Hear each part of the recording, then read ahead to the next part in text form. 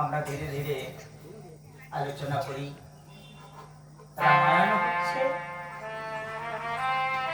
এইরকমই, যেমন সপ্ততলা দেহ আর সপ্তকাণ্ড রামায়ণ। এই সপ্ততলা দেহের বাইরে কিছু নাই, যা আছে বিশ্ব ব্রহ্মাণ্ডে তাহাই আছে দেহভাণ্ডে। এখন দেহের আলোচনা করতে গেলে অনেকে বলবে এই বেচারা কোত্থেকে এসেছে রে, খালি কি যেন কি এই দিক দেখায়, দেহের কথা পায়, রামায়ণের গায় না, রামায়ণ গায় না, এরকম কিছু আছে। তার রামায়ণ কি দেহ ছাড়া আছে নাকি?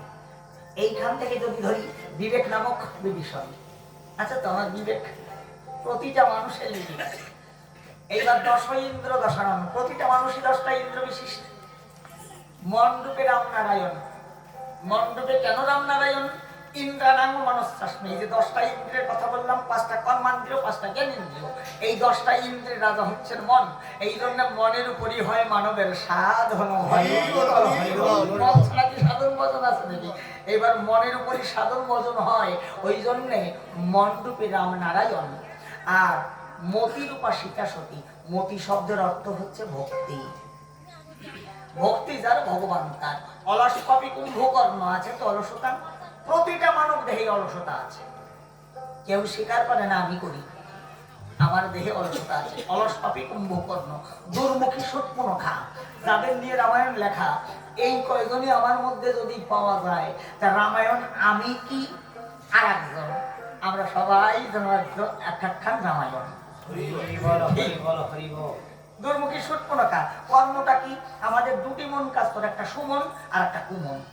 তাহলে কুমনের প্রভাবে চললে পরে সাধুগুরু বৈষ্ণবের চরণ কি আমাদের ভাগ্যে মিলতে পারে? কখনো সম্ভব না। এই জন্যে পরম বৈষ্ণবের বাতাস লেগেছে যার গায়ে, সেই সদাই সত্য কথা বলে, সত্যে চলে, সাধুগুরু বৈষ্ণবের চরণ ধলি তাদের ভাগ্যে মেলে। জয় রাধে গোবিন্দ বলে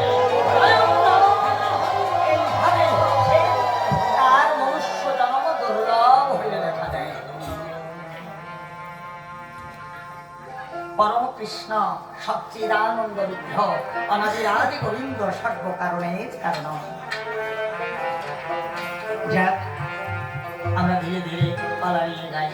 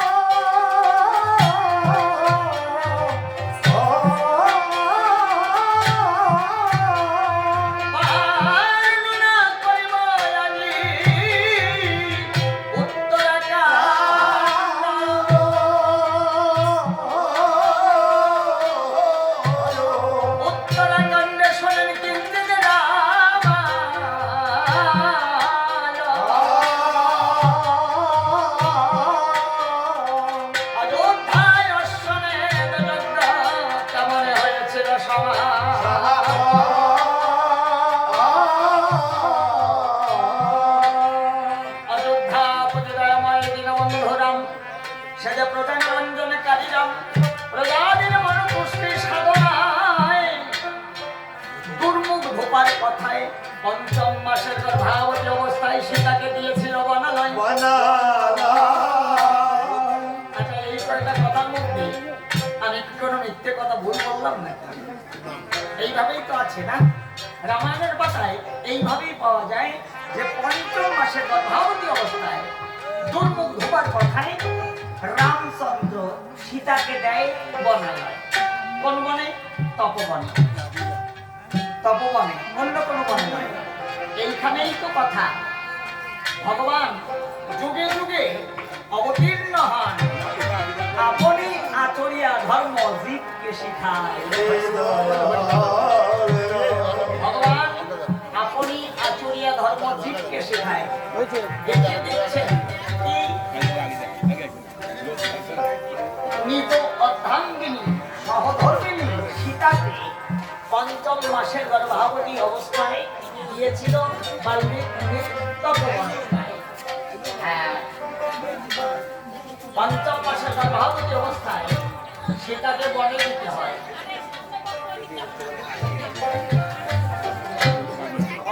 আরো আসেন। জায়গা আরো জায়গা আছে, এদিকে আরো জায়গা আছে, আরো এগিয়ে আসেন। বাবা তিনি আসেন। আমি এই কথাগুলো বলতে পারছি না। আমি যেটা কথাটা তুলছি তো রামায়ণের কথা নয়। হ্যাঁ, এবার কত ভালো লাগছে। হ্যাঁ, ভালো মানুষগুলো ভালো থাকলে সামনে ভক্ত প্রাণ মানুষ সামনে ভালো হয়।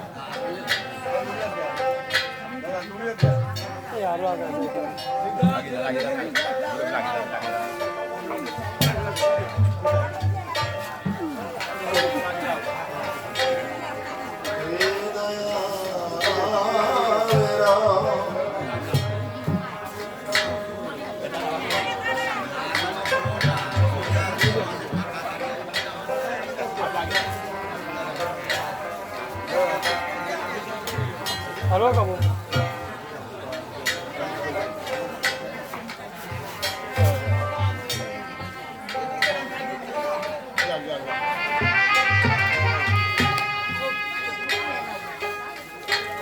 এই কথার মধ্যে আমি কথাটা বলবো না বলে আমি দাঁড়িয়ে আছি। পঞ্চম মাসের গর্ভবতী অবস্থায় সীতাকে বনে দিতে হয়। কোন বনে?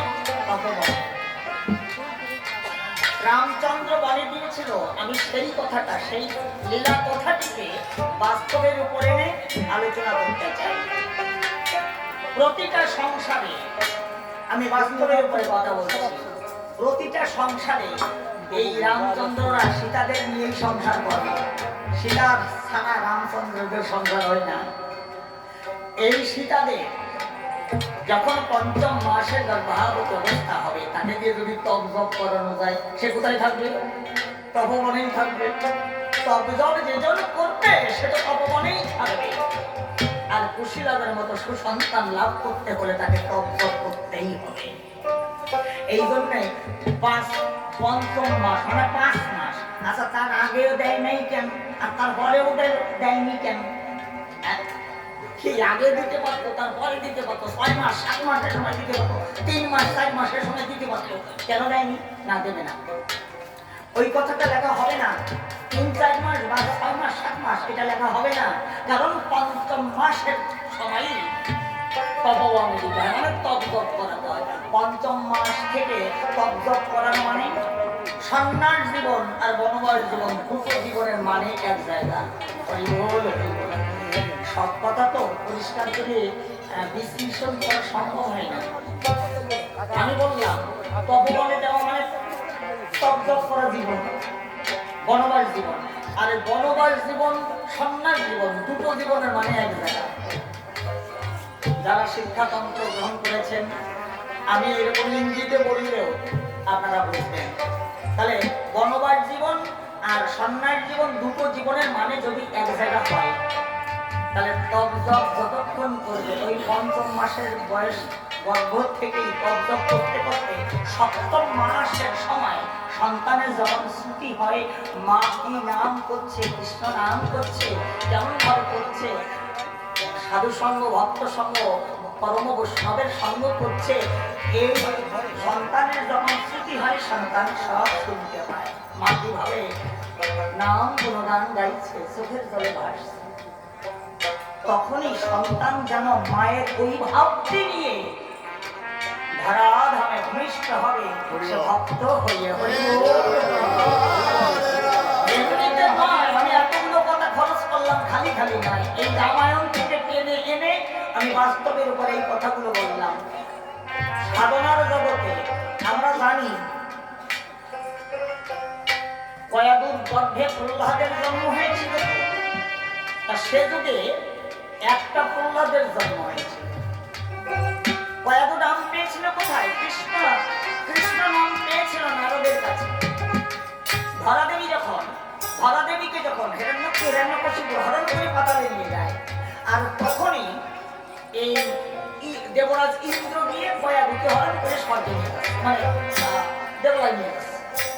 এখন পরম পিতা তিনি দেখলেন, আচ্ছা দৈত্যরা যা করে, যদি দেবতারা তাই করে, তাহলে দৈত্য আর দেবতার মধ্যে পার্থক্য কি থাকে? তাহলে সমান সমান হয়ে যায়। এই জন্য নারদকে পাঠিয়ে দিয়েছে, নারদ যাও কয়াদুকে ইন্দ্রের কাছ থেকে ছিনিয়ে নিয়ে ওর কর্ণপ্রহারের নাম দিয়ে ওকে অন্তঃপুরে রেখে এসো। আমার পরম ভক্ত ওই গর্ভেই জন্মগ্রহণ করতে। তখন নারদ গিয়ে ইন্দ্রের কাছ থেকে কয়েকদিকে ছিনিয়ে নিয়ে কৃষ্ণ নাম দিয়ে যখন অন্তঃপুরে রেখে আসে, প্রতিনিয়ত কৃষ্ণ গুণগান গাইতে গাইতে চোখের জলে ভাসতে ভাসতে পরম ভগবান আত্মনিবেদন করে। এক শুভ সময় শুভক্ষণে শুভলগ্নে ভক্ত প্রহ্লাদের জন্ম হলো।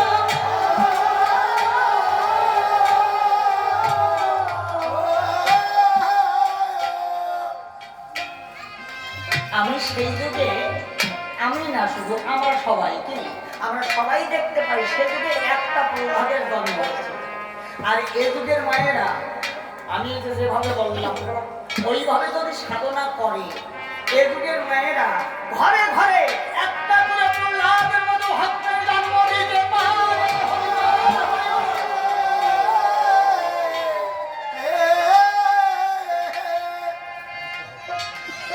সাধনার অভাব থাক, এই পর্যন্ত। এবার লীলা কথাই পঞ্চম মাসের গর্ভাবতী অবস্থায় সীতাকে দিয়ে বনালয়ে স্বর্ণ সীতা বামে নিয়ে রাজ্য পরিচালনা করছে রামায়ণ। যখন সীতার কথা মনে পড়ে, দু চোখের জলে রক্ষ প্লাবিত করছে। প্রাণ কাঁদে প্রেমময় সীতার করে, কত যুগ যুগান্তর হেরিনি তাদের যে নিজ করে ভেঙে ফেলেছি, যে করেই ভাসিয়েছে অনন্ত লহরে। কেন সেই প্রাচীন হৃদয় মাঝে বারবার জাগরিত করে তুলছে। এই দুর্বিষহ যন্ত্রণা আমি যার সইতে পারি না। ঠিক এমনই সময় কুলগুরু বশিষ্ঠদেব দ্বারকে শেষে দিয়েছে দর্শন।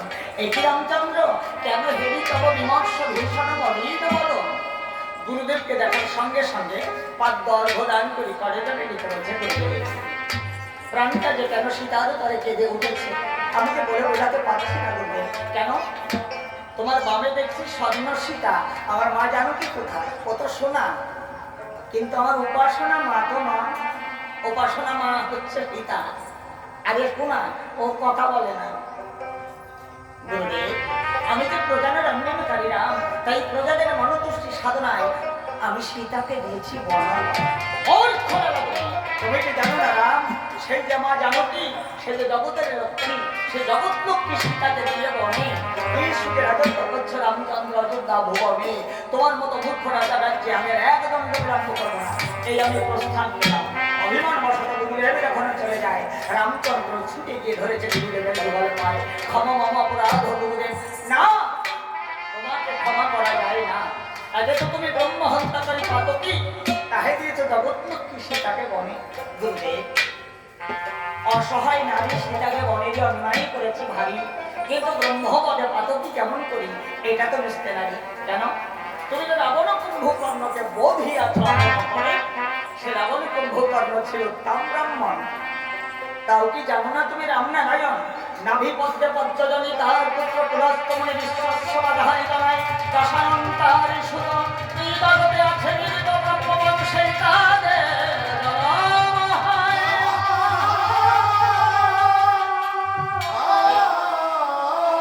সেই রাবণ কুম্ভকর্ণকে বধিয়াছ তুমি রাম দয়াময়।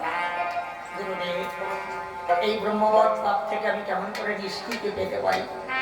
রামচন্দ্র ব্রহ্মবৎ পাপ থেকে নিষ্কৃতি পেতে যোগ্য ব্যক্তিতে পরিণত হতে তোমাকে যোগ্য করতে হবে। এটা রামায়ণের কথা। সত্যি কি যোগ্য করলে কেউ যোগ্য ব্যক্তি হয়? সম্ভব তো নয়। শিক্ষাতন্ত্রে তো সে কথা বলে না। শিক্ষাতন্ত্রের কথা হচ্ছে যেজন পরম সম্পদ, পিতৃ সম্পদ যেজন রাখতে পারে, অতীব সাধন করিয়ে সেই হচ্ছে যোগ্য ব্যক্তি। এই তাছাড়া যোগ্য ব্যক্তি হয় না। এখন ভগবানকে দিচ্ছে আদেশ দান করে জোরে বলছেন, গুরুদেব আমি কি যজ্ঞ করবো? তুমি একটা পক্ষমে যজ্ঞ করো। এই পক্ষমে যজ্ঞের উপাধি যজ্ঞের লেলিহান শিখায় উড়ন্ত পক্ষীকে পুড়িয়ে ভস্মীভূত করে দিতে হবে। হবে না গুরুদেব, এই যজ্ঞ হবে না। কেন? সর্বং খল্লিদম ব্রহ্ম, এক ব্রহ্ম দ্বিতীয় নাস্তিক, এই যজ্ঞ আমি করবো না, অন্য যজ্ঞের কথা বলুন। তাহলে রামচন্দ্র তুমি একটা নরমের যজ্ঞ করো। এই নরমের যজ্ঞের কাজে পৃথিবীর শ্রেষ্ঠ নরের মুন্ডু কর্তন করে দিতে হবে যজ্ঞের পূর্ণাহুতি, তবেই হবে তুমি পূর্ণমান।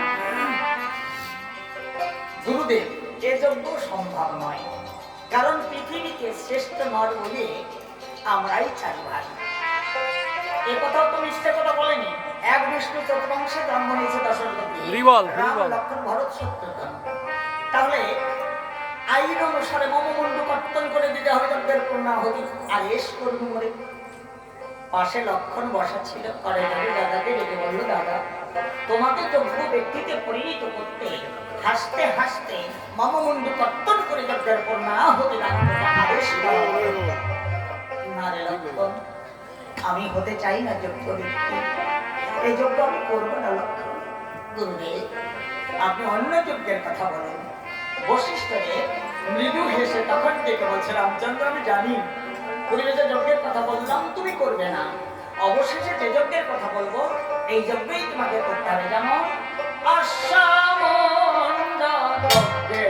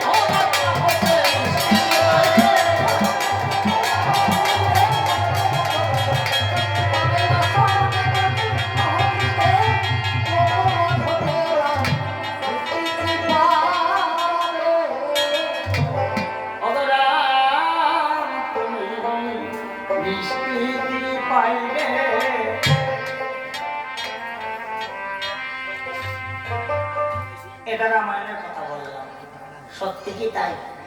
আচ্ছা, অশ্বমন্ডু কর্তন করে যজ্ঞে পূর্ণাহুতি দান করলে যদি যোগ্য ব্যক্তি হওয়া যেত, তাহলে আর সমগ্র ভারতবর্ষে ধনী লোকের অভাব নাই।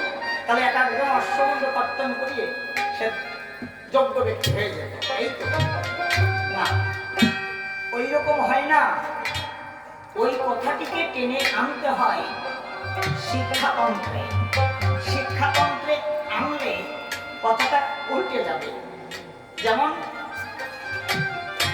সাধুগুরু বৈষ্ণব ব্যাখ্যা করেন, আমাদের এইটা হচ্ছে দেহরাজ্য, এই যে প্রতিটা দেহরাজ্য, এই দেহরাজ্যে আমি ইংরেজিতে কথাটা বলে যাচ্ছি, প্রতিটা দেহরাজ্যে শ্বেত বর্ণের একটা অশ্ব আছে, শ্বেত বর্ণের অশ্ব। এই শ্বেত বর্ণের অশ্বকে যদি গুরুর চরণে অর্পণ করে দেওয়া যায়, গুরুর কৃপা হলে পরে তবে এই শ্বেত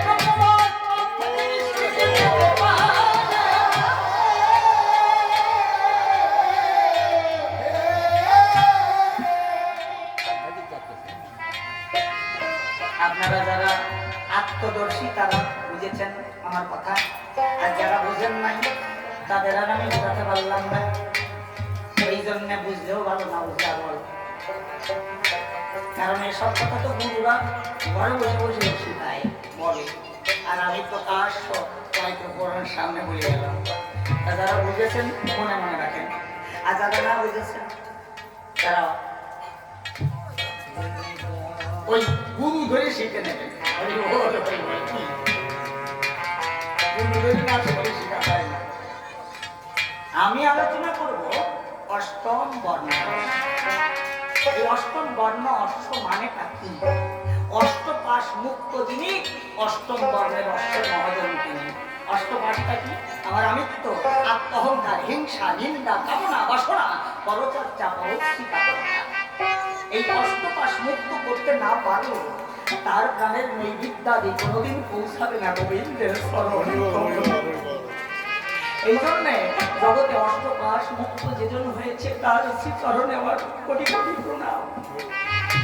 প্রকাশ্যে এই ভক্ত সমাবেশে আপনাদের মতো ভক্ত ভক্তিমতী মায়েদের চরণে আমি বারংবার প্রণাম করি। আর সেই অষ্টপাশ মুক্ত যেজন হয়েছেন তিনার চরণে কোটিবার প্রণাম করি।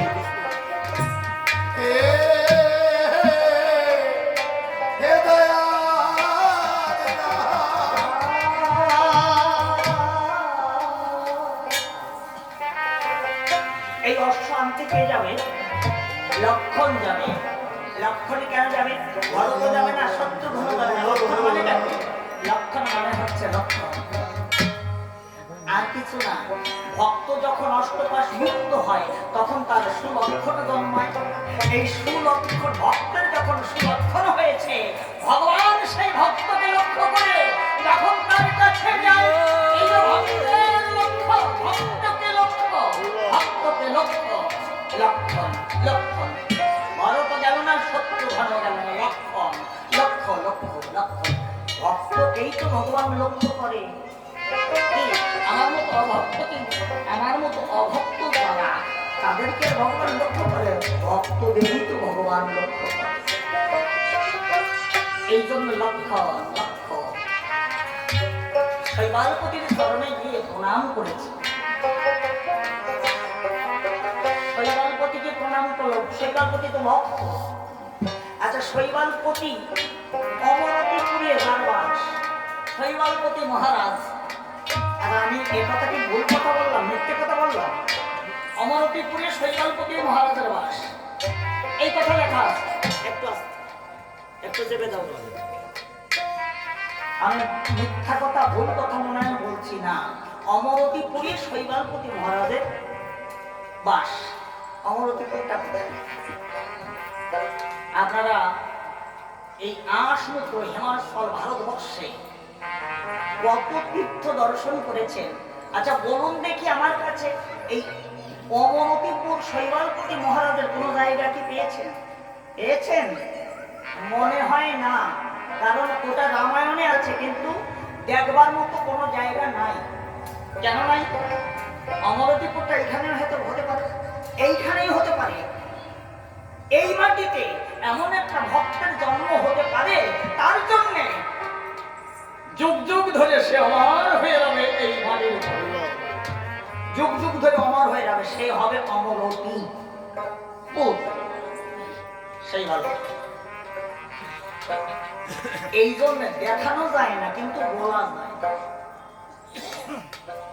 লক্ষণে গিয়ে যখন শৈবালপতিকে প্রণাম জানিয়েছে, শৈবালপতি ভক্ত আর লক্ষণ চারি অংশ, ভগবানের চারি অংশের এক অংশ। ভগবান সত্তা কেন ভক্তকে প্রণাম করে দেন?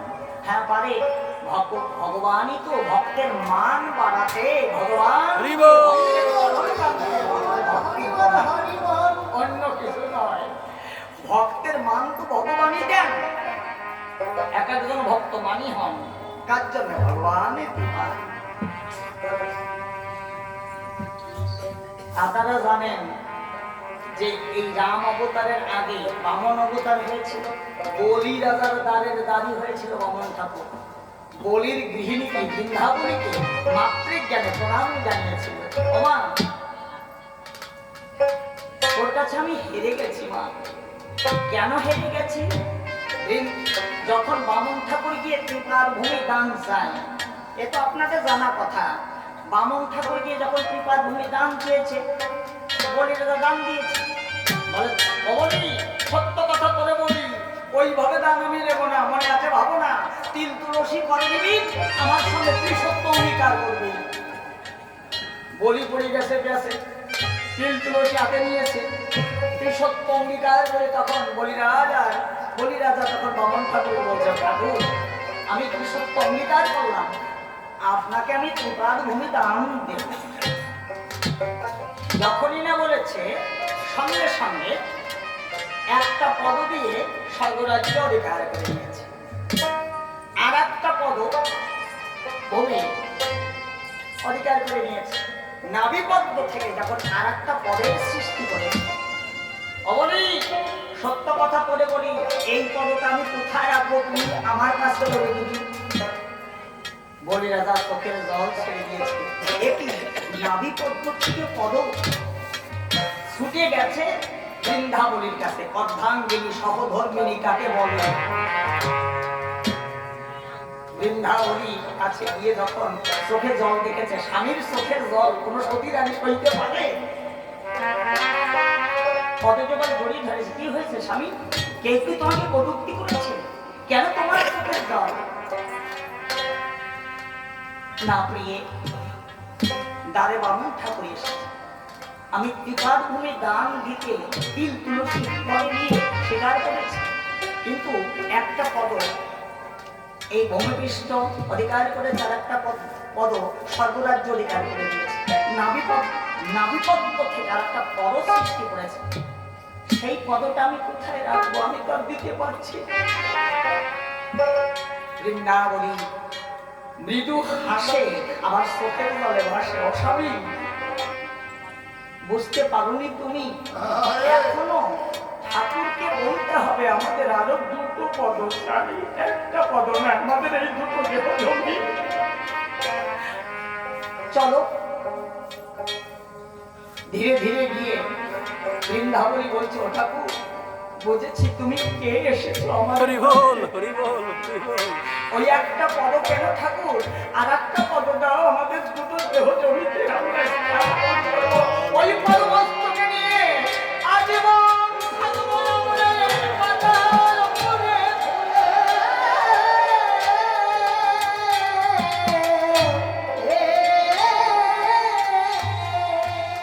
এই যে অর্ধাঙ্গিনী, এটাই বলে সহধর্মিনী। এই জন্যে আমি আর একটু বলি, রাম শরণে হনুমান প্রণাম করেছিল। বলির দ্বারের দাঁড়ি হয়ে বৃন্দাবলীকে প্রণাম জানাই। ভগবান রামচন্দ্র হনুমানকে প্রণাম করে দেন কৃষ্ণ অবতারে। আপনারা জানেন যে দ্বাদশ শাখাল গোপাল সঙ্গে নিয়ে বালক কৃষ্ণ যখন গোষ্ঠ গোচারণে গিয়ে নিজে ছলনা করে, ছলনাময় কৃষ্ণ সকালের কাছে হেরে গেছে, নিজে ছলনা করে হেরে গেছে। এইবার নির্দিষ্ট জায়গা থেকে এক একজনকে সন্দেহ করে আর একটা নির্দিষ্ট জায়গায় রেখে আসতে হবে। কৃষ্ণ আজ যেন অন্তরে অনন্ত আনন্দ। সখারা তো আমাকে চেনে না, সখা বলে জানে। ভগবান যদি জানতো তাহলে কি ওনা আমার স্কন্ধে উঠত? আজ আমার ভাগ্যের সীমা নাই, এক একজনকে স্কন্ধে নিচ্ছে, বক্ষ পরে পদযুগলে জড়িয়ে ধরেছে, চোখের জল দিয়ে চরণ সিক্ত করে দিচ্ছে। কাঁধে চড়ি, কাঁধে চড়াই করি পীড়া রং, বৃন্দাবনের সখ্য রসের এই তো হিরণ। মহাপ্রভু শিবাসঙ্গনে বিশ্বভারতীকে গুরু করলেন, ভারতী গোসাইকে গুরু করলেন। এই যে গুরুদের চরণে প্রণাম করেছে, তৎসত্ত্বেও শিবাসঙ্গনে নাম গুণগানে শিবাশ্রমণীকে ভক্তির প্রণাম করে। এই জন্যে যুগে যুগে দেখা যায় ভগবান যতদিন যতবার এসেছে নবনী বাজারে ভক্তের বাড়াতে মান, তাই তো ভক্তের চরণে করে ভক্তির প্রণাম দান।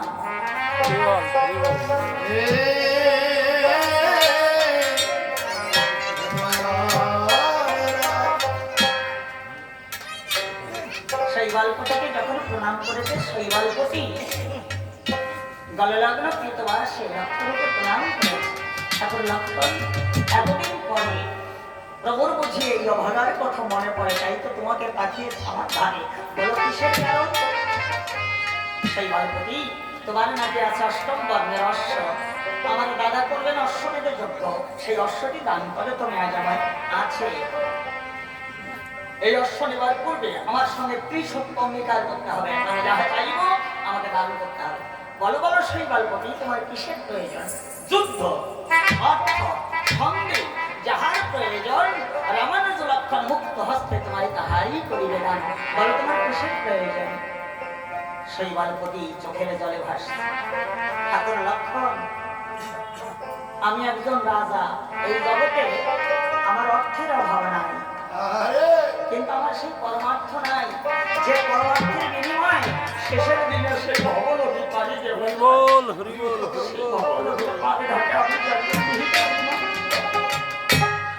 কোথায় মেলে সেই পরমার্থ?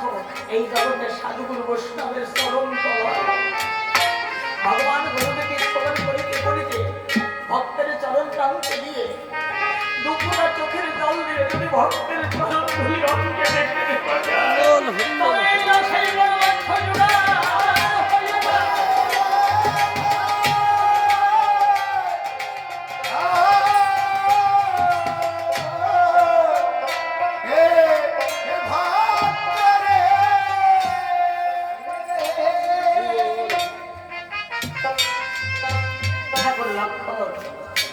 এই মোহমায়ার সংসারে থেকে থেকে আমার ঘুরে ঘুরে আমার ঘোরা ঘুরে এগুলো চলে গেছে। না হলো সাধু সঙ্গ, না হলো পরম বৈষ্ণবের চরণ সেবন, বৃথাই বুঝি গেল আমার জীবন। আমি জানি আমি চিরকালের জন্য জগৎ আসতে পারি না। আমি একদিন এসেছি, একদিন আমাকে জগৎ ছেড়ে চলে যেতেই হবে। আমার এই ঘর বাড়ি, পুত্র কন্যা, ঘরের নারী, আত্মীয় স্বজন, পরিজন সবাইকে ত্যাগ করি, একদিন সেই ভব নদীকে দিতে হবে পারি। সেদিন আমি ডাকিব না ডাকি, রাম কমলা খেলানো না দায় ফাঁকি, নিজ মৌনে কৃপা করে নিজ হস্ত বৈঠা ধরে যেন সেই ভব সিন্ধু পার করিবে।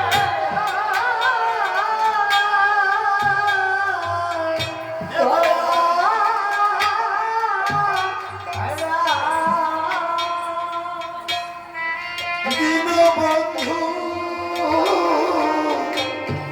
এদিন বন্ধুরা দিন বন্ধুরা হে হে দয়া হে দয়া হে দয়া দয়া আমার সেই ভব নদী পার করে এদিন বন্ধুরা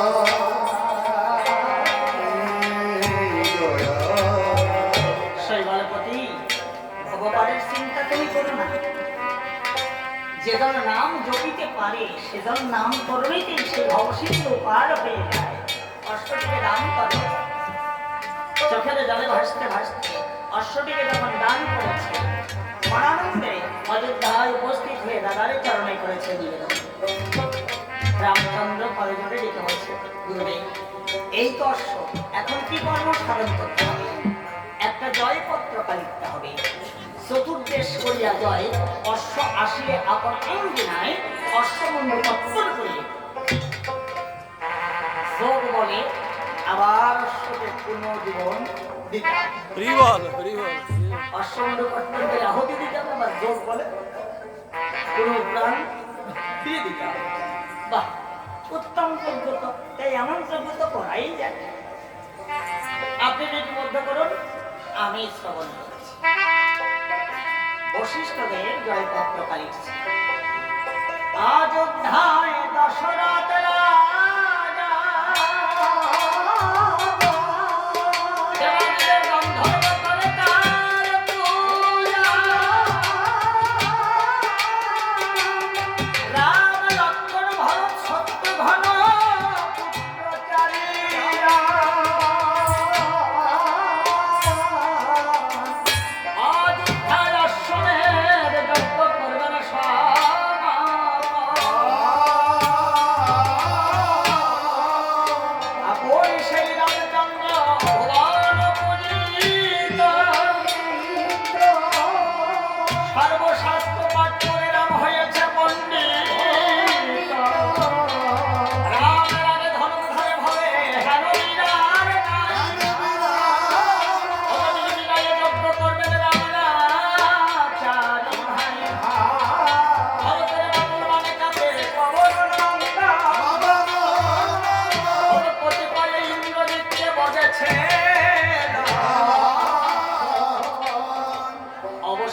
লিখছে অহংকারে লিখলা পত্র অখিলের অপতি এই অশ্ববাধিরে যার ভাষা হবে সতী সতী মায়ের পুত্র হয়ে অশ্বতী বাঁধিলে অশ্বতীর পুত্র অশ্বমের দেখে বেরিয়ে অশ্ববাধিরে যার সেটা দিলে জানে দাদা হয়ে যাবে রবে দাবি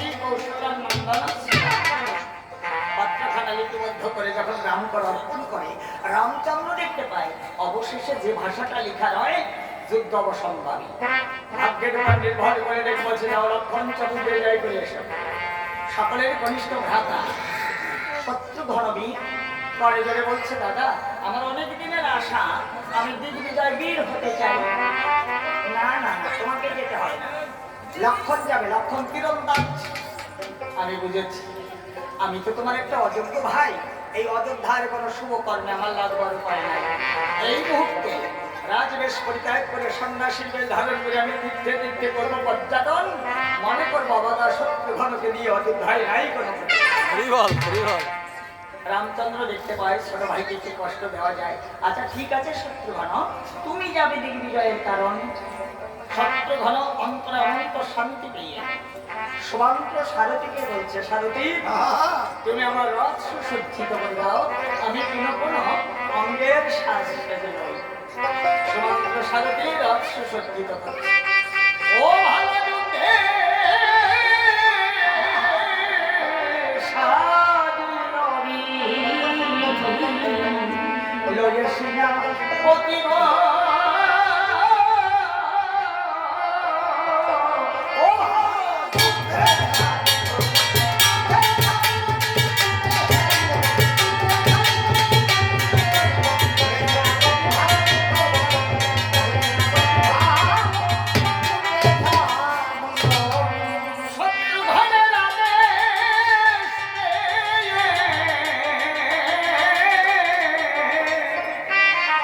সমান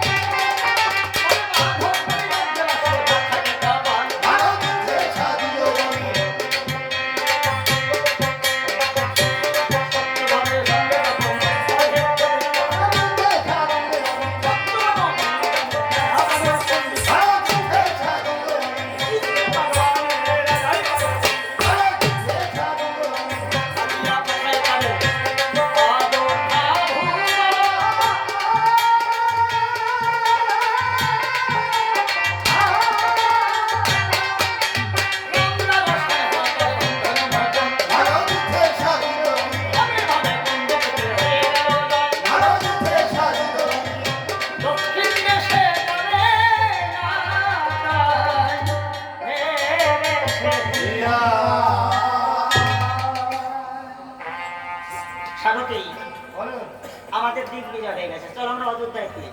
না না না, ছোট রাজা, এখন আমাদের দক্ষিণ দেশ বাকি রয়েছে ছোট রাজা। দক্ষিণ দেশে যেতে হবে না। দক্ষিণ দেশে একটি মাত্র বীর ছিল লবণ নামে দৈত্য। আমি খেলিবার বাটুল তাকে নাশ করে দিয়েছি। এই জন্য মনে আছে ভাবনা দক্ষিণ দেশে যাবো না। ছোট রাজা, পরে হয়তো কোনো বীর জন্ম নিতে পারে। পরে যদি কোনো বীর জন্মগ্রহণ করে তারা নিতান্ত শিশু এই চরাচরে, সেই নিতান্ত শিশুর সঙ্গে আমার মতো শত্রুঘ্ন বীর যুদ্ধ করলে আমার কলঙ্ক রটবে বিশ্বের। ছোট রাজা, অহংকার মোটে ভালো নয়। বড় রাজার আদেশ চতুর্দেশ জয় করতে হবে আমাদের। তাই চলুন একবার দক্ষিণ দেশে যেতে হবে। তিন দেশ জয় করা যায় সহজেই, দক্ষিণ দেশ জয় করা বড় কঠিন। পূর্ব, উত্তর, পশ্চিম, দক্ষিণ, ধর্ম, অর্থ, কাম, মোক্ষ। দক্ষিণ দেশ কি মোক্ষ? না, দক্ষিণ দেশ মোক্ষ নয়। দক্ষিণ দেশ যদি কেউ জয়ী হয় সে তার সাধনার মোক্ষ স্থানে গিয়ে পৌঁছায়। দক্ষিণ দেশ জয়ী হতে হয়। তাহলে দক্ষিণ দেশ কোন জায়গায়? এটা হচ্ছে উত্তমাঙ্গ, আমাদের প্রতিটা মানবের উত্তমাঙ্গ। এইখানে তার বাস বিভীষণের বাস। আর দক্ষিণ নাভির নিম্নে, তার নাভির নিম্নে যে দক্ষিণ দেশ বর্তায়, সাধুগুরু বৈষ্ণব এই কথাই তো কয়, ওই দেশ জয়ী করা কঠিন। যেজন নিজেকে নিজে গুরুর চরণে সমর্পণ করেছে, গুরু কৃপা করে ওই দক্ষিণ দেশে রণকৌশল শিখিয়ে দিয়েছে, সেই কয়জনই জয়ী হয়। আর আমার মতো অজানা যারা দক্ষিণ দেশে গেলে হয় তাদের দবা টানা।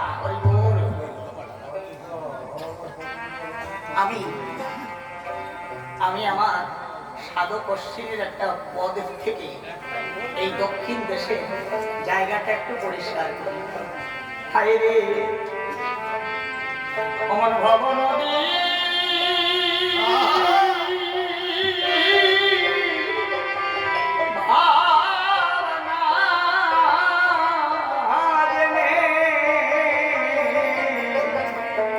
অমন ধরনা পারি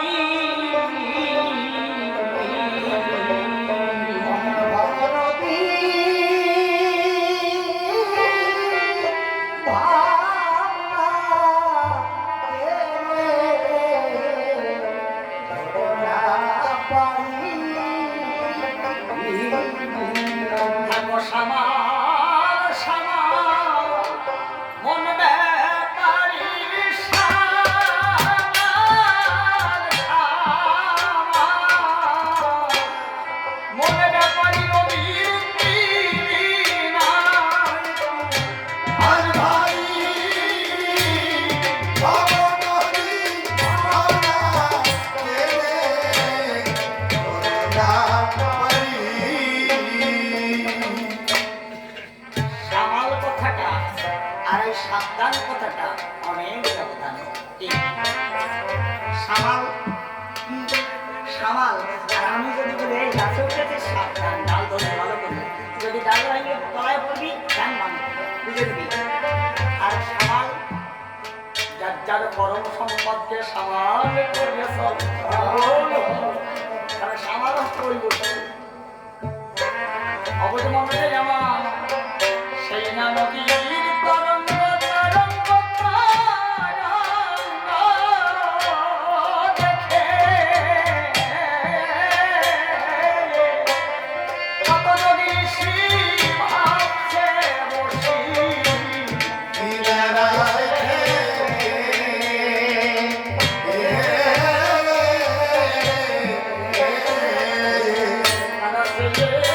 আছে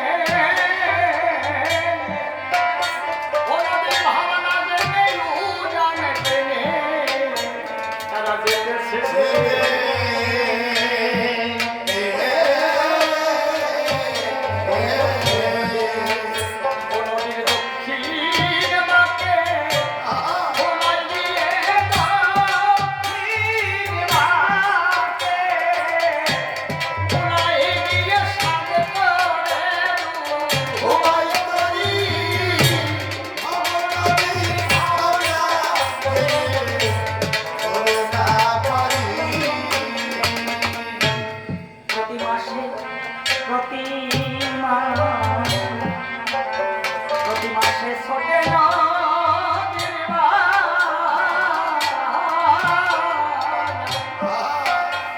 কত ধরি ভরা যাচ্ছে মারা করে সাবধান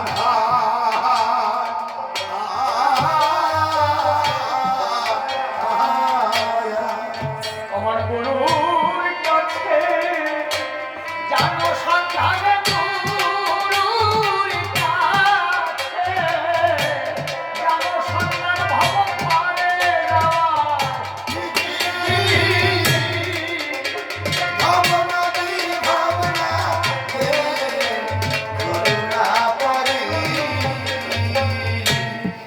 এই ভবে আছে আমার গুরু কৃপা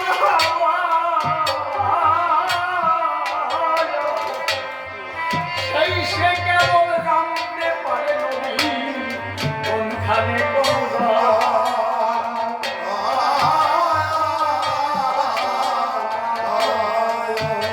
ভবে তারে করি যায় না সাগর তারে করি যায় না সাগর গুরু আছে কান্দারি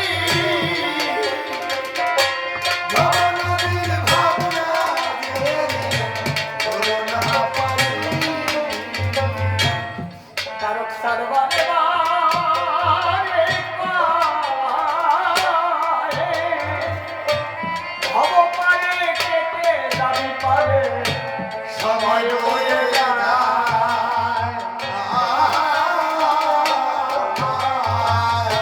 এবার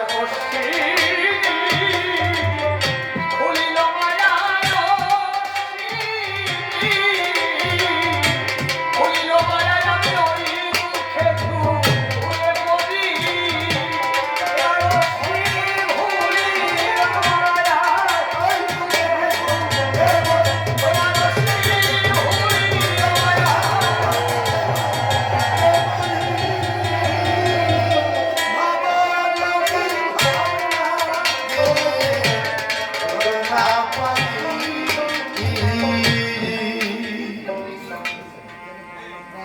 আত্মদর্শী মানুষ যারা এই কথার অর্থ বোঝে তারা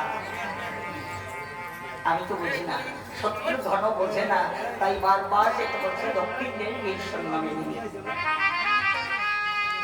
ওদিকে চিত্রকূট পর্বতে বাল্মীক পরিধান যোগে জ্ঞানাকে মেলে দিয়েছে যজ্ঞাশ্ব যদি আমার দক্ষিণ দেশে না আসে অসম্পূর্ণ থেকে যাবে আমার রামায়ণ গ্রন্থখানা হে প্রভু রাম দয়াময় তুমি কি আমার মনের ব্যথা বোঝো না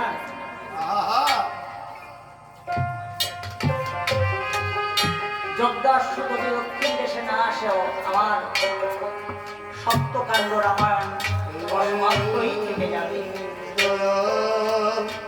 ভক্ত যদি চোখের জল ছেড়ে দিয়ে ভগবান চরণে আত্মনিবেদন করে ভগবানকে লইতে পারে দূরে সুখাকারে যেন ভক্তের অন্তরে এসে দাঁড়িয়ে বলছে অমনি কেন চিন্তা করছো তুমি আমি যে ভক্তাধীন ভগবান ভক্তের অভিষ্ট পূর্ণ করতে আমি ব্যস্ত থাকি সর্বক্ষণ তুমি ছুটে যাও তপবনে সীতার নিকট থেকে কুশিয়ার লবকে ভিক্ষা করে নিয়ে ওই কুশি লাভের দ্বারাই তোমার এই সপ্তকাণ্ড রামায়ণ সুসম্পন্ন হবে তোমার অভিষ্ট পূর্ণ করতেই তো আমি অযোধ্যায় আশ্রমের জগৎ শুরু করেছি ভগবান যখন ইঙ্গিত দিয়েছে চোখের জল মোচন করে উদ্দেশ্যে সত্য ঘরে ঘরে গেছে সত্য ঘর পরিবার মায়ের সত্য ধর্মী আর লক্ষ্মী জলকে শূন্য নয় আমি এখন ছুটে যাবো আমার আমাদের নিকটে তার যদি কুশলে যদি আমি ভিক্ষা করাতে পারি না সত্য ধর্মী তবে সেই দিনই বুঝে নেব অনুষ্ঠানে আমার দক্ষিণ দেবীর সময় দিনের কত বিরক্ত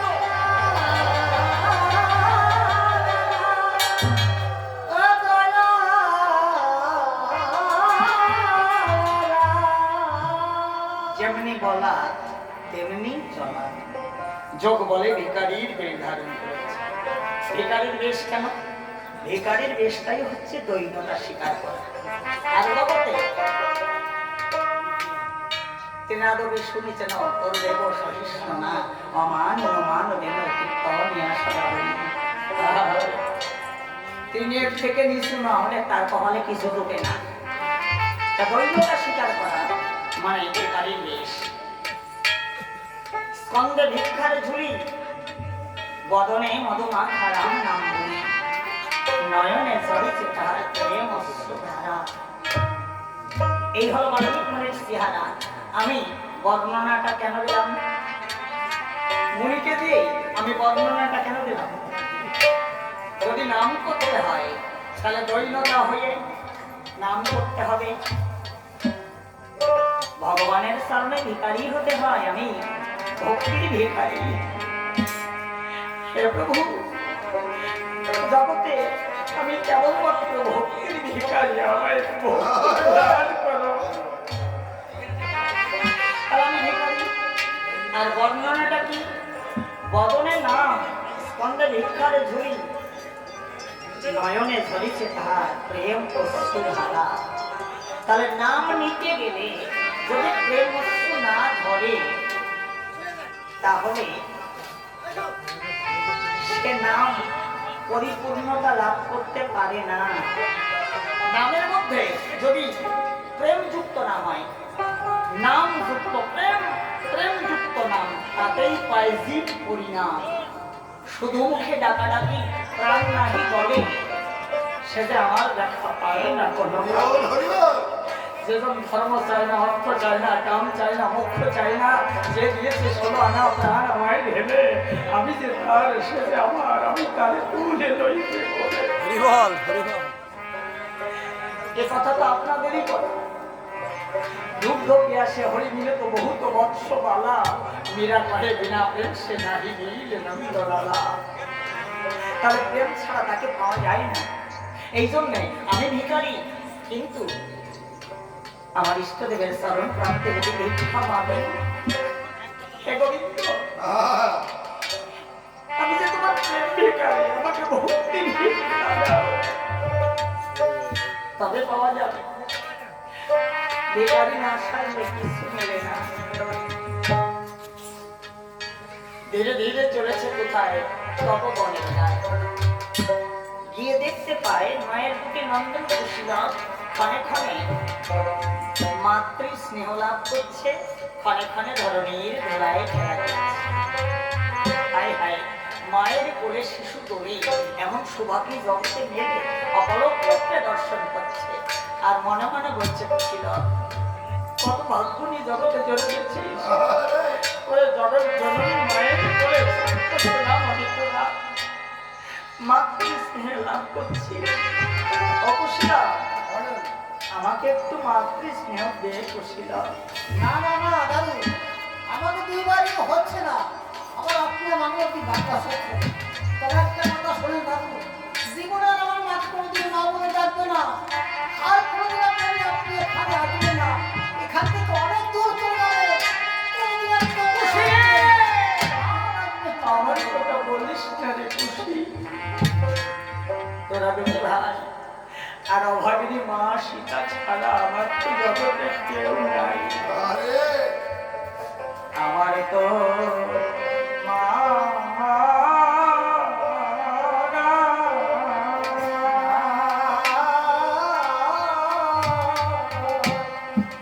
আমার তো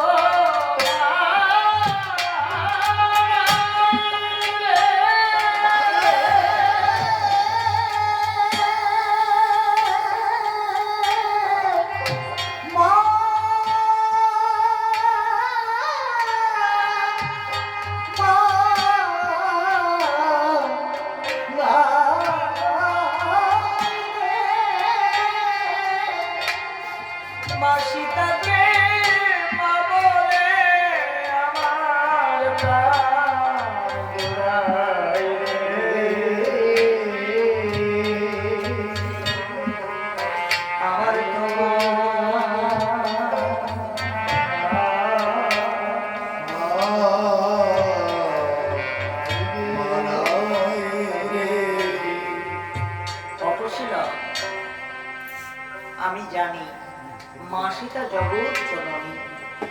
আমি তো জগতের বাইরে নই রে, আমি তো জগতের মাঝে মায়ের একটি অভাগা সন্তান। তোদের সম্মুখে আমি দাঁড়াবো না, আমি অদূরে গিয়ে বৃক্ষতলে আশ্রয় নিয়ে পরাণ ভজে দাঁড়াবো কোথায়।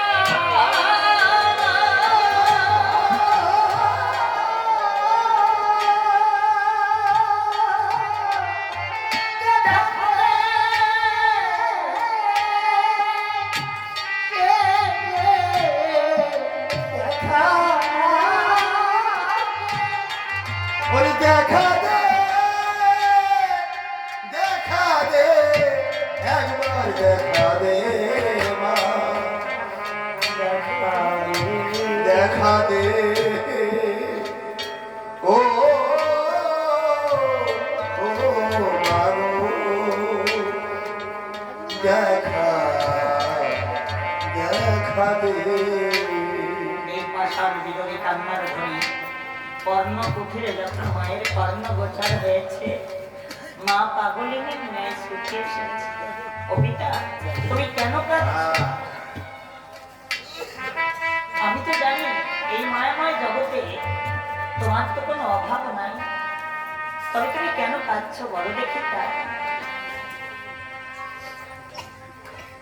মণি ঠাকুর চোখের জল ছেড়ে দিয়ে পরে পরে বলছে, মা তুই জানিস আমার অভাব নাই, এ কথা তুই জানিস, কিন্তু তুই আরেকটা কথা জানিস না, এই জগতে অভাব না থাকলে কেউ কোনোদিন কাঁদে না। কেউ অর্থের অভাবে, কেউ পরমার্থের কান্নায়, কিছু না কিছু অভাব আছে।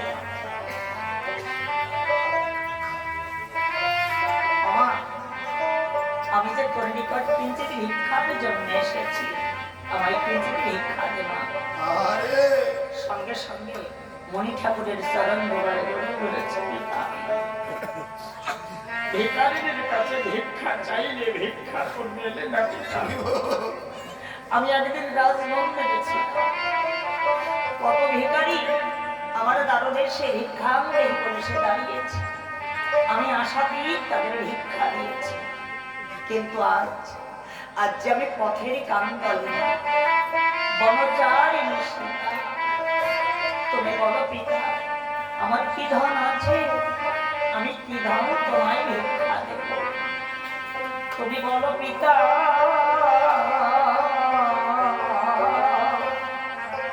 আজ আমার কি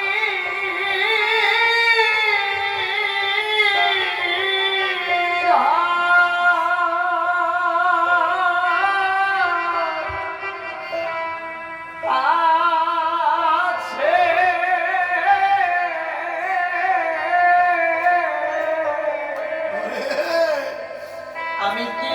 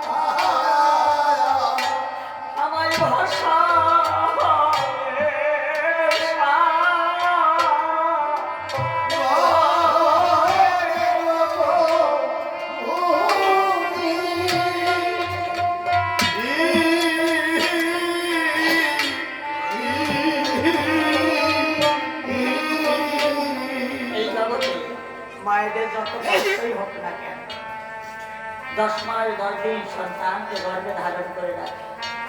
আর আমি এমনই অভাবিনী, মাতৃ যখন আমি খাই পাইনি। 5 মাস 5 দিন যখন আমার বয়স হয়েছিল, মা আমাকে জানু ছিঁড়ে পাতিলে করে ভাসিয়ে দিয়েছে। ওই আমি ভাসিতে ভাসিতে গেলাম,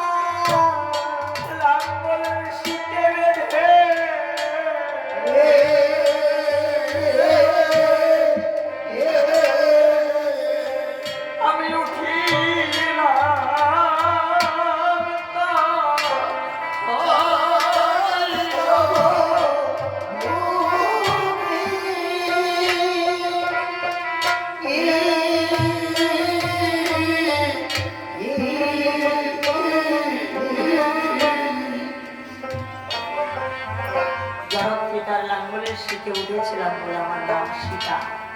60 সহস্র মুনি আমার পুষ্টি রচনা করতে এসেছিলেন। সেদিন পুষ্টি লিখে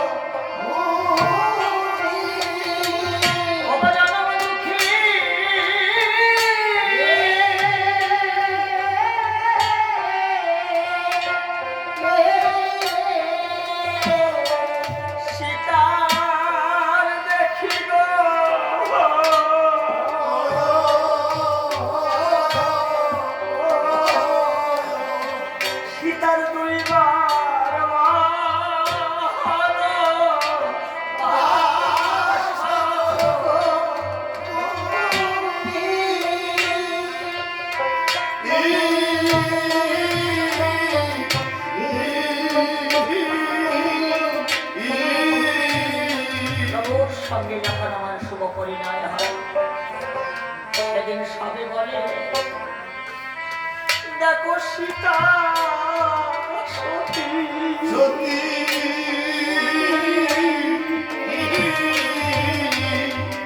সীতাপতি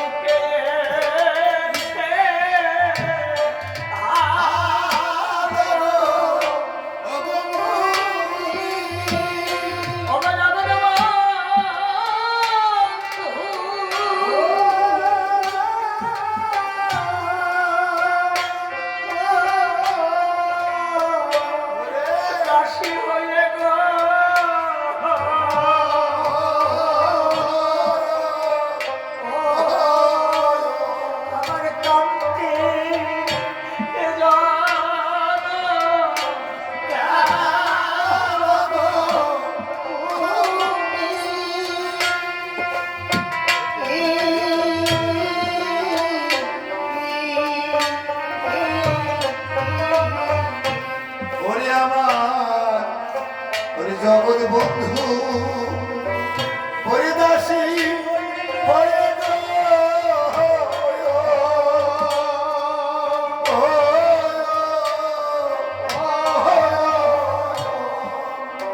ওরে আমার কান্তে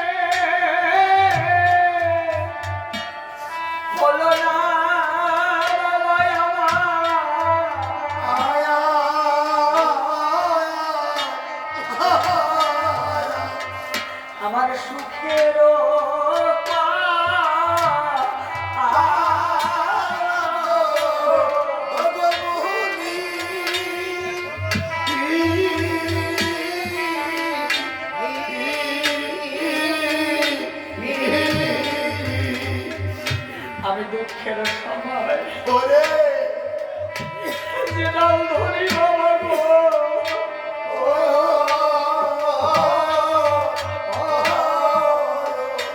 ওই আমার ভাঙবে সেই না।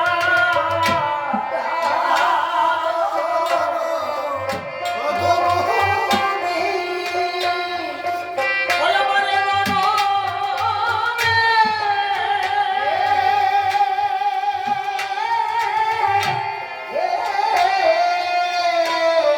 বলো না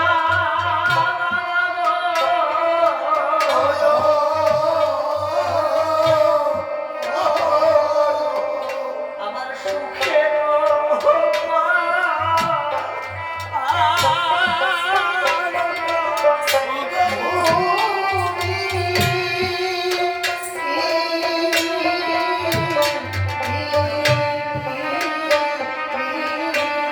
ওরে আমি এই দুঃখের সময় ওরে আমি যেটা ধরি বাবা গো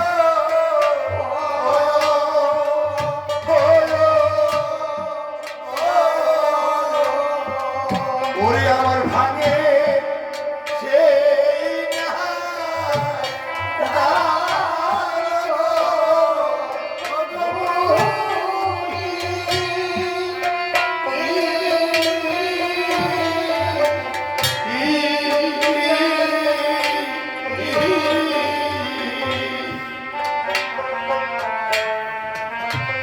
আমি দুঃখের সময় ওরে যে ডাল ধরি বাবা গো ও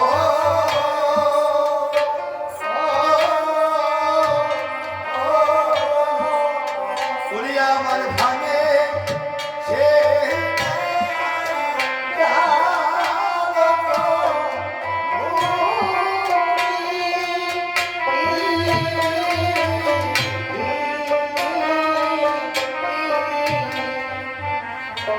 ওমা তুই যে ধনের জন্য কাঁদছিস মিষ্টান মিষ্টানি খাচ্ছিলি তোর যে পরম ধন কুশীলক আমার সপ্ত দিবসের জন্য ভিক্ষা দিমা যখনই কুশীলককে ভিক্ষা চেয়েছে কোনো চরণ জোগাড়ে যদি ধরে চপিটা এই জগতে আছে নাকি এমন কোনো মাতা সে সন্তান ভিক্ষা দেয়? আমি তো আমার কুশীলকের মুখতেই বেঁচে আছি প্রবল বিরহ নলে আমি যখন দগ্ধীভূত হই তখন আমার কুশীলক জানতে পেরে আমাকে বেশি বেশি মা মা বলে ডাকে। আর কি জানো আমার শয়নকালে কুশীলক দুটি পুত্র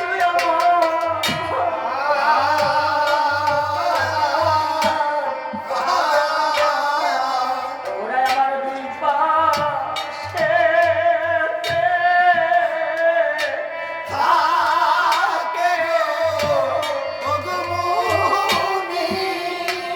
ওই আমার বহুর কথা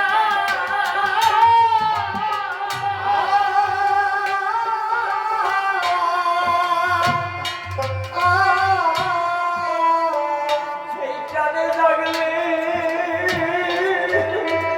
হরি বল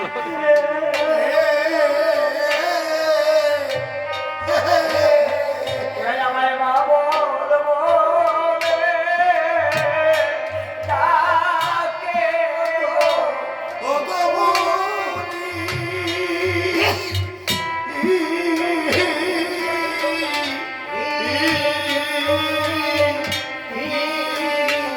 বলো পিতা হেন ধনে ভিক্ষা দিয়ে আমি থাকবো কি নিয়ে? ওমা তোর মা বলা ডাক বন্ধ হবে না। কুশীলক সারাদিন আমার বনভূমি রক্ষা করবে, সন্ধ্যায় এসে আবার তোকে মা বলে ডাকবে। তুই যদি আজ কুশীলককে ভিক্ষা না দিবি তাহলে তুই জানবি আমার ওই সপ্তকাণ্ড রামায়ণ গ্রন্থখানা কোনোদিন পূর্ণ হবে না। কবিতা তোমার ওই সপ্তকাণ্ড রামায়ণ গ্রন্থকে পূর্ণ করতে কি অভাবে নিষেধার গণনা হইতে? তাই যদি হয় আমি আর বাধা দেব না। ও তুমি লয়ে যাও মুনিগণ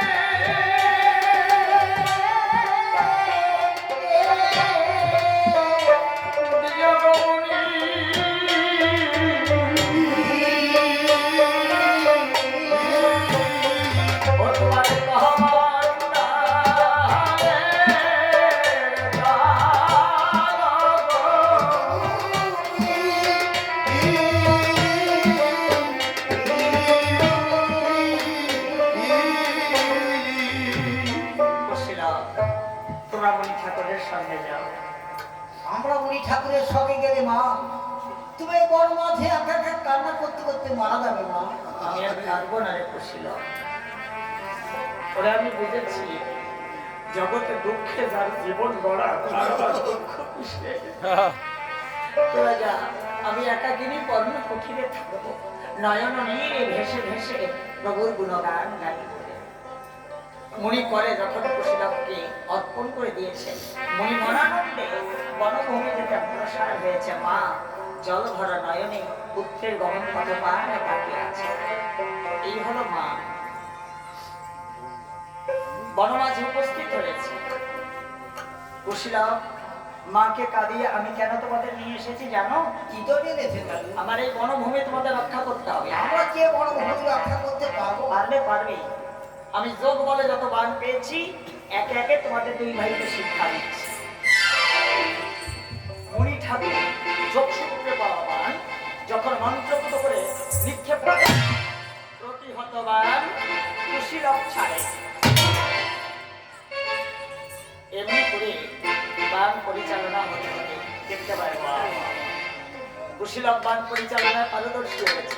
অকুশীলব, আমি বুঝেছি তোমরা আমার বনভূমি রক্ষা করতে পারবে, তবে তোমাদের আর একটা কর্ম করতে হবে। কি কর্ম করতে হবে দাদু? ভিক্ষা মন্ত্র নিতে হবে। এইভাবে ভিক্ষা মন্ত্র নিলে কি হয়? ভিক্ষায় দক্ষতা নেই, চলার দিক খুঁজে পায়, আত্মচেতনা জন্মায়। এই দেহ থাকে শ্মশান সমান, গুরু এসে মন্ত্র প্রদানে এই দেহ হয় স্বাদের ফুল। আমাদের কে দেবে ভিক্ষা দাদু? আমি দেব। সরুজ থেকে স্নান করে দুই ভাই বসো আমার দুপাশে। এই তো আমরা নিকটেই জল পেয়েছি, দুই ভাই থামতে এসে বসে। কিছু পেতে হলে আগে কিছু দিতে হয়, কিছু না দিয়ে যে চাই সে চাওয়াতে তারা খায়।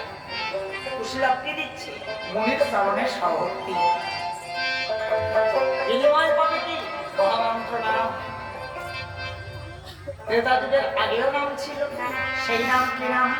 নারায়ণ।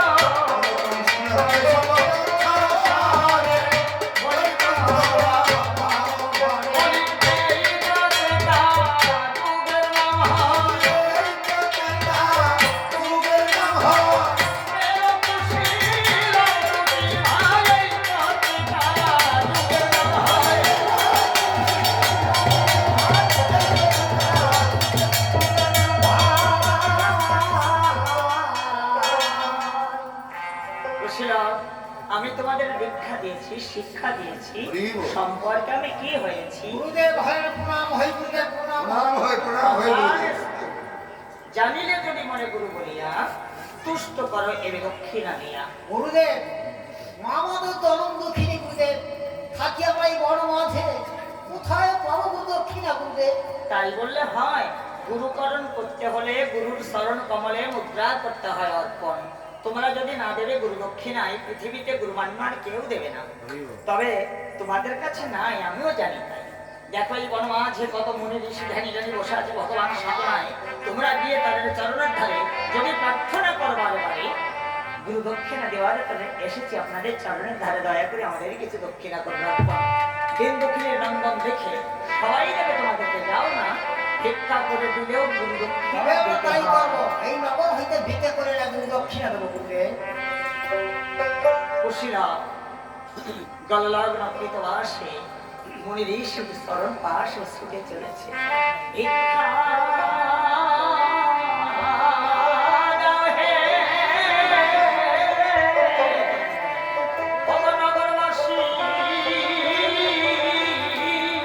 ওরে ভিক্ষা ওরে ভিক্ষা দাও হে ওরে নগরবাসী গুরুর চরণে দক্ষিণা দিয়ে আসি। ভিক্ষা দাও বসেন বসেন বসেন আমাদের কাছে যাবেন গুরুর চরণে দক্ষিণা